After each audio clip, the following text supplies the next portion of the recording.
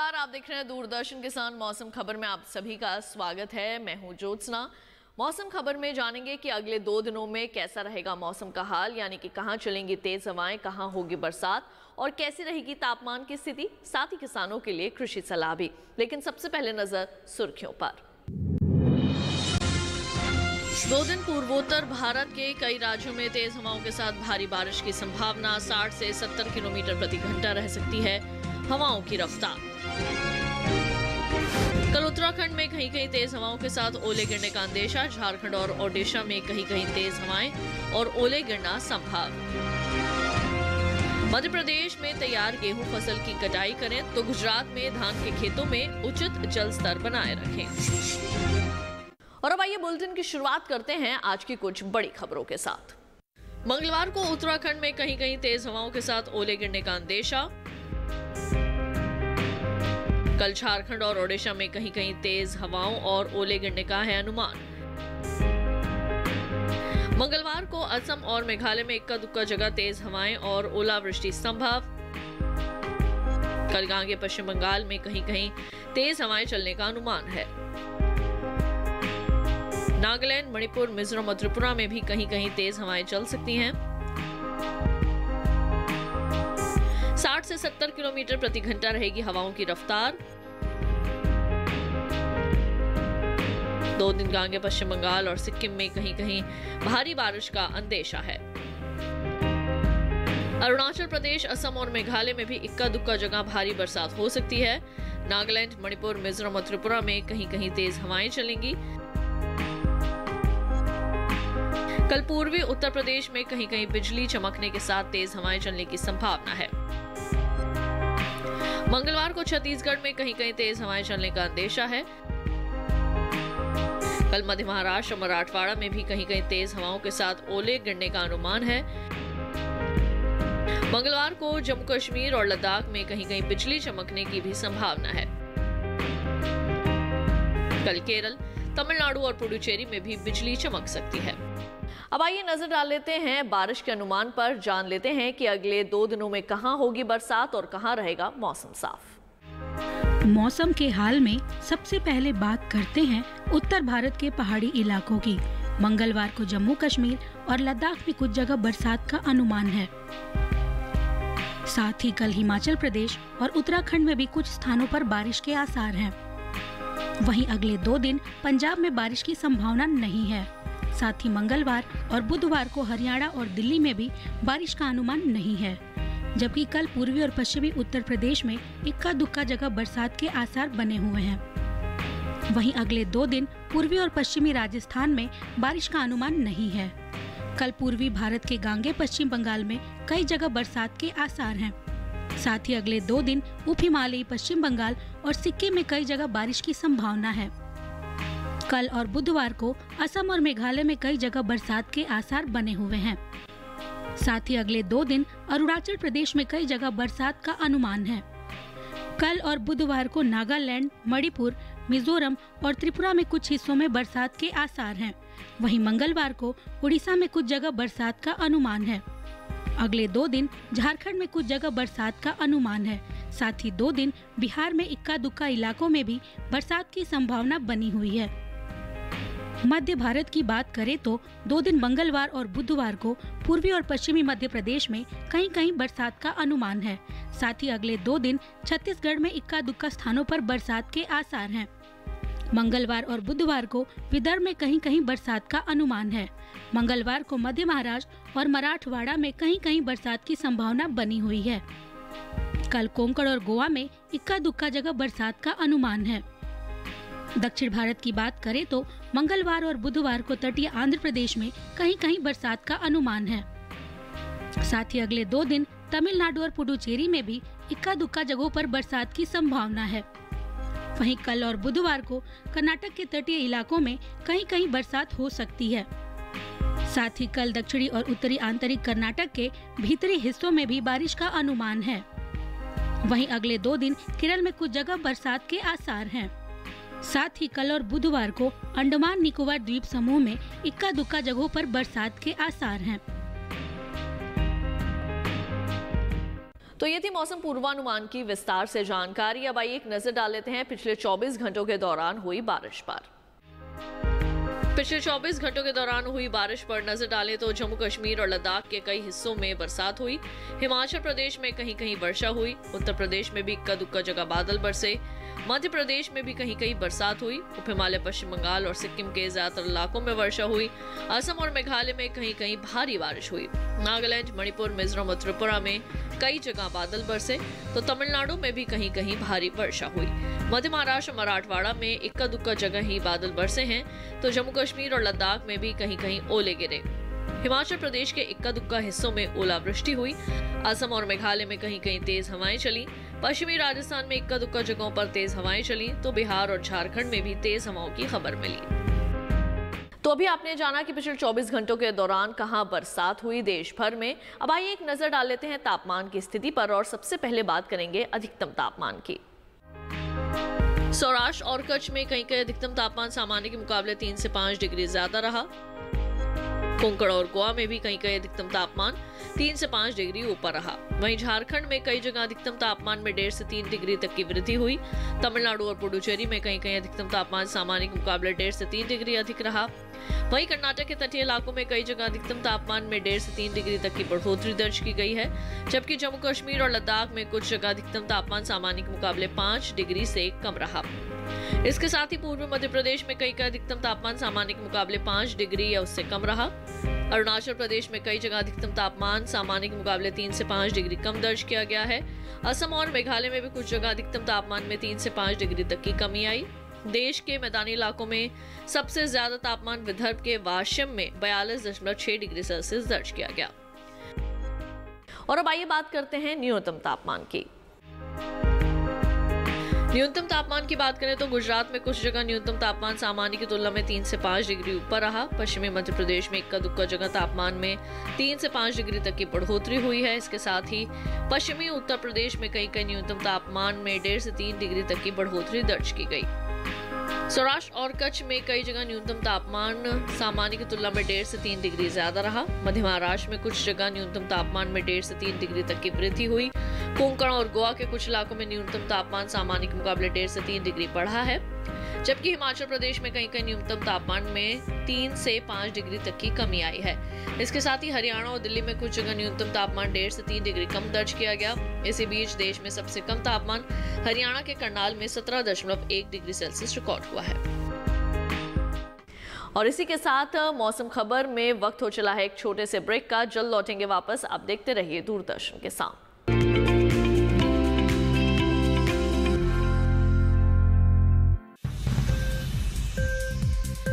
उपज के भाव ताव,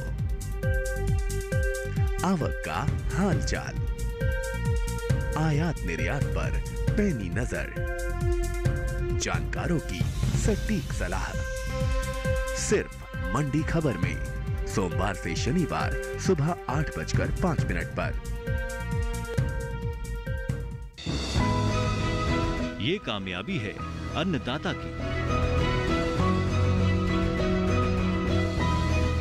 ये कहानी है खेत और खलिहानों की। कैसे करें अपने पशुओं की देखभाल, जानिए गांव-गांव के किसानों का हाल। देखिए गांव किसान सोमवार से शुक्रवार दोपहर 12:05 पर।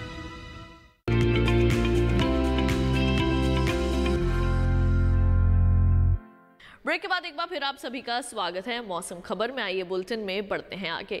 मध्य प्रदेश में इस वक्त गेहूं की कटाई का काम जोरों पर है, तो वहीं दूसरी ओर गुजरात में भी फसलों को देखभाल की आवश्यकता है। इन दोनों ही राज्यों में और कौन से कृषि कार्य कर सकते हैं किसान, जानने के लिए देखते हैं इस खास रिपोर्ट में।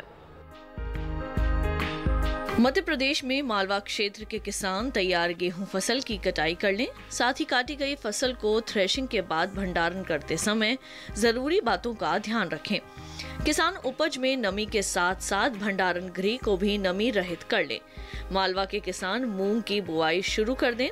बेहतर उत्पादन के लिए मूंग की उन्नत किस्में मूंग 3, TJM 3, जवाहर मूंग 721 और K 851 का चयन करें। यहाँ के किसान नए फलों के बागों में सिंचाई करें। इसके अलावा यहाँ के किसान ग्रीष्मकालीन सब्जियों, भिंडी, मिर्च, बैंगन और टमाटर की जल्द से जल्द बुवाई कर लें। मध्य प्रदेश के विंध्य क्षेत्र के किसान मूंग और उड़द की बुआई के लिए खेत तैयार कर लें। यहाँ के किसान सब्जियों की बुआई के लिए भी खेत को तैयार करें, जबकि झाबुआ के किसान गेहूं की कटाई कर थ्रेशिंग का काम कर लें। साथ ही मूंग और उड़द की फसल में 7 से 10 दिन के अंतराल पर सिंचाई कर लें। यहाँ के किसान सब्जी फसलों को चूसक कीटों से बचाने के उपाय करें। बात करें गुजरात की, तो यहाँ के किसान धान के खेत में 2 से 3 सेंटीमीटर जल स्तर बनाए रखें। यहाँ के किसान गन्ना की फसल में उर्वरक की मात्रा दें, साथ ही जरूरत होने पर सिंचाई कर लें और समय समय पर निराई गुड़ाई करते रहें। गुजरात में तैयार भिंडी की तुड़ाई करते रहें, साथ ही भिंडी की फसल को चूसक कीटों से बचाएं। रोकथाम के लिए नीम लेपित कीटनाशक का छिड़काव करें। गुजरात में शकरकंद के खेतों में खरपतवार नियंत्रण करें। साथ ही बैंगन की फसल को चूसक कीटों से बचाने के उचित उपाय करें। अब आइए बात करते हैं आज की फसल की, और आज की फसल में हम आपको जानकारी देने वाले हैं मूंग के बारे में। जी हाँ किसान भाइयों बहनों, मूंग एक महत्वपूर्ण दलहनी फसल है और मूंग की खेती हमारे देश में सबसे ज्यादा उत्तर प्रदेश, पंजाब और हरियाणा में की जाती है। लेकिन दिल्ली के आसपास के इलाकों सहित जम्मू कश्मीर में भी इस वक्त किसान मूंग को बो सकते हैं। तो किस तरह आपने करनी है मूंग की खेती, आइए जानते हैं इस विशेष रिपोर्ट में।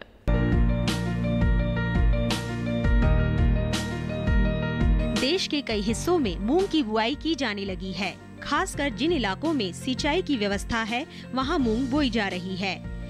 वैसे इसकी बुआई में तेजी गेहूं की कटाई के बाद आएगी, क्योंकि उस समय गेहूं के खाली खेतों में किसान मूंग बोएंगे।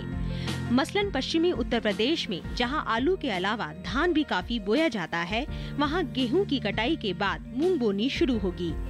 कुछ किसान गन्ने के साथ भी इसे बोते हैं। जब तक गन्ने की फसल बड़ी होती है तब तक मूंग की कटाई का समय आ जाता है। हालांकि ऐसे किसानों की तादाद बेहद कम है। बोते समय कुछ बातों का ख्याल रखना जरूरी है, जैसे बुआई से पहले बीजों को जरूर उपचारित करें। इमिडाक्लोप्रिड 17.8 SL की 3 मिलीलीटर मात्रा से प्रति किलो बीज को उपचारित करें। 1 हेक्टेयर खेत के लिए 15 से 20 किलो बीज की जरूरत होती है। कतार से कतार की दूरी 20 से 30 सेंटीमीटर और पौधे से पौधे की दूरी 8 से 10 सेंटीमीटर रखें। मूंग को आमतौर पर 3-4 सिंचाइयों की जरूरत होती है। दूसरी फसलों की तरह मूंग में भी खरपतवार की समस्या आ जाती है। इसकी रोकथाम के लिए बुआई से पहले खेत में बासालिन दवाई का छिड़काव करें और मिट्टी को अच्छी तरह मिला दें। इसकी 1 लीटर मात्रा को 400 लीटर पानी में मिलाएं और इस घोल का प्रति हेक्टेयर की दर से छिड़काव करें। इसकी जगह पेंडीमेथालिन का भी छिड़काव किया जा सकता है। इसकी 1 लीटर मात्रा को 500 लीटर पानी में मिलाकर 1 हेक्टेयर जमीन पर छिड़के। थ्रिप्स, जैसिड और सफेद मक्खी के हमले से बचने के लिए मिथाइल डोमेटॉन 25 EC 2 मिलीलीटर ग्राम ले या मोनोक्रोटोफॉस 36 SL की मिलीलीटर मात्रा ले और प्रति लीटर पानी में घोलकर कली बनने से पहले छिड़के। तो अभी आपने जाना किस तरह सफलतापूर्वक आप कर सकते हैं मूंग की खेती और कैसे उससे अच्छा उत्पादन प्राप्त कर सकते हैं। अब आइए आपको बता दें मौसम के अनुसार खेती की कुछ खास बातें। दक्षिण आंतरिक कर्नाटक के किसान रागी, सोयाबीन और तिल की बुआई करें। यहाँ के किसान मूंग और उड़द की बुआई कर लें।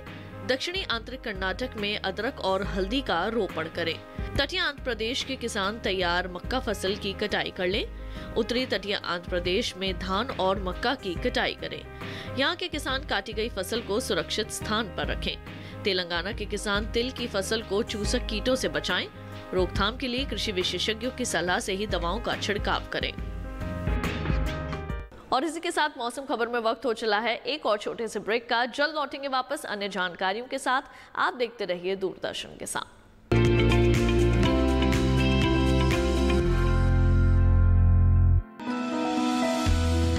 जानकारी जो किसानों के लिए हो लाभकारी, समस्याओं पर पड़ेगा समाधान भारी, कृषि की हर बात का ख्याल, कब कैसे की जाए बेहतर देखभाल। जानिए विशेषज्ञों के साथ, देखिए खेत खलिहान, सोमवार से शुक्रवार सुबह 7 बजे डीडी किसान पर।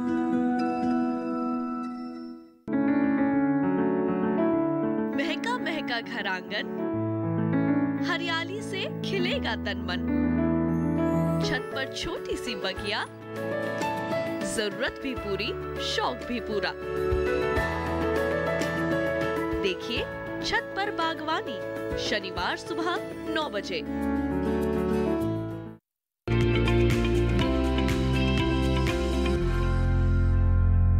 ब्रेक के बाद एक बार फिर आप सभी का स्वागत है मौसम खबर में। आइए बुलेटिन में बढ़ते हैं आगे और आपको मौसम के अनुसार खेती की कुछ और खास बातें बता दें। उत्तरी उत्तर प्रदेश में गेहूं और सरसों की कटाई को जारी रखें। यहां के किसानों को सलाह है कि फसल को थ्रेशिंग कर सुरक्षित स्थान में रखें। उत्तर प्रदेश के किसान बेबी कॉर्न की बुआई कर लें। दक्षिणी उत्तर प्रदेश में मक्का और बाजरा की बुआई को जारी रखें। यहाँ के किसान मूंग और लोबिया की बुआई का काम कर लें। दक्षिणी उत्तर प्रदेश में तैयार गेहूं और चना फसल की कटाई को जारी रख सकते हैं। राजस्थान में गेहूं, चना और मेथी की कटाई को जारी रखें। यहाँ के किसान देसी कपास की बुआई को जारी रख सकते हैं। रबी की कटाई का काम इस वक्त चल रहा है और कटाई के उपरांत किसान अपनी फसलों की बिकवाली करने के लिए या तो मंडियों में जाएंगे या फिर सरकारी खरीद केंद्रों में जाएंगे। और कोरोना वायरस को देखते हुए सरकारी खरीद के कर्मचारियों, मंडियों के मजदूरों और खुद किसानों को भी कुछ विशेष उपाय अपनाने होंगे। किसान चाहे खेतों में काम कर रहे हों या फिर मंडियों में फसल ले जा रहे हों, हर जगह सामाजिक दूरी का ख्याल रखना होगा। बार बार अपने हाथ साबुन से धोने होंगे, चेहरे पर मास्क लगाना होगा और जो मशीनें इस्तेमाल की जा रही हैं उन्हें सैनिटाइज करना होगा। खरीद केंद्रों के लिए भारतीय कृषि अनुसंधान परिषद ने कुछ सुझाव दिए हैं, जिनमें राज्य प्रशासन से कहा गया है कि वो केंद्रों पर आने से पहले एक मजदूर की स्क्रीनिंग सुनिश्चित कराएं। सभी मंडियों और खरीद केंद्रों पर साबुन और पानी पर्याप्त मात्रा में मौजूद हो। खरीद में जुटे कर्मी या मजदूरों के पास सुरक्षा मास्क और दस्ताने जरूर हो और मजदूर काम करते या आराम करते समय या खाना खाते समय एक दूसरे से 3 से 4 फुट का फासला बनाए रखें। मंडी और खरीद केंद्र संचालकों और प्रबंधकों को भी चाहिए कि बहुत ज्यादा भीड़ इकट्ठी ना होने पाए और उतने ही मजदूर बुलाएं जितनी जरूरत हो। ज्यादा भीड़ से बचने के लिए पंजीकृत किसानों को सीमित संख्या में ही SMS भेजकर खरीद केंद्रों पर बुलाया जाए। अगर जरूरत हो तो खरीद केंद्रों की संख्या बढ़ाई जाए। खरीद में जुटी मशीनों को समय समय पर सैनिटाइज करते रहें। इसी तरह ढुलाई वाहनों और पैकिंग सामग्री को भी सैनिटाइज करना जरूरी है। फसल ढोने में कोई दिक्कत ना हो, इसके लिए ड्राइवरों और हेल्परों को राज्य सरकारों की ओर से पर्याप्त संख्या में अनुमति पत्र जारी किए जाएं। साथ ही न्यूनतम समर्थन मूल्य पर खरीदी गई फसल का भुगतान राज्य सरकारें 3 दिन के भीतर भुगतान कर दें। तो अभी आपने जाना किस तरह के सुरक्षा उपाय आपने अपनाने हैं। बुलेटिन में आइए एक बार फिर से नजर डाल लेते हैं मौसम की कुछ अहम झलकियों पर। मंगलवार को उत्तराखंड में कहीं कहीं तेज हवाओं के साथ ओले गिरने का अंदेशा।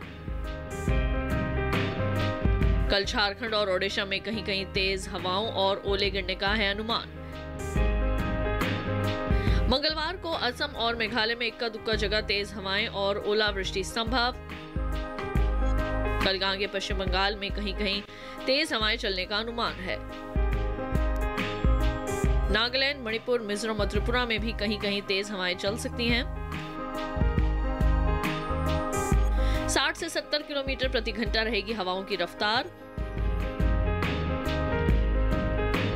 2 दिन गांगे पश्चिम बंगाल और सिक्किम में कहीं कहीं भारी बारिश का अंदेशा है। अरुणाचल प्रदेश, असम और मेघालय में भी इक्का दुक्का जगह भारी बरसात हो सकती है। नागालैंड, मणिपुर, मिजोरम और त्रिपुरा में कहीं कहीं तेज हवाएं चलेंगी। कल पूर्वी उत्तर प्रदेश में कहीं कहीं बिजली चमकने के साथ तेज हवाएं चलने की संभावना है। मंगलवार को छत्तीसगढ़ में कहीं कहीं तेज हवाएं चलने का अंदेशा है। कल मध्य महाराष्ट्र और मराठवाड़ा में भी कहीं कहीं तेज हवाओं के साथ ओले गिरने का अनुमान है। मंगलवार को जम्मू कश्मीर और लद्दाख में कहीं कहीं बिजली चमकने की भी संभावना है। कल केरल, तमिलनाडु और पुडुचेरी में भी बिजली चमक सकती है। तो किसान भाइयों बहनों, आज के मौसम खबर में केवल इतना ही। उम्मीद है कि मौसम खबर से आप सभी को मदद मिल रही होगी। मौसम का ताज़ा हाल और कृषि सलाह लेकर फिर होंगे हाजिर। आप देखते रहिए दूरदर्शन किसान और मुझे दीजिए इजाजत। नमस्कार।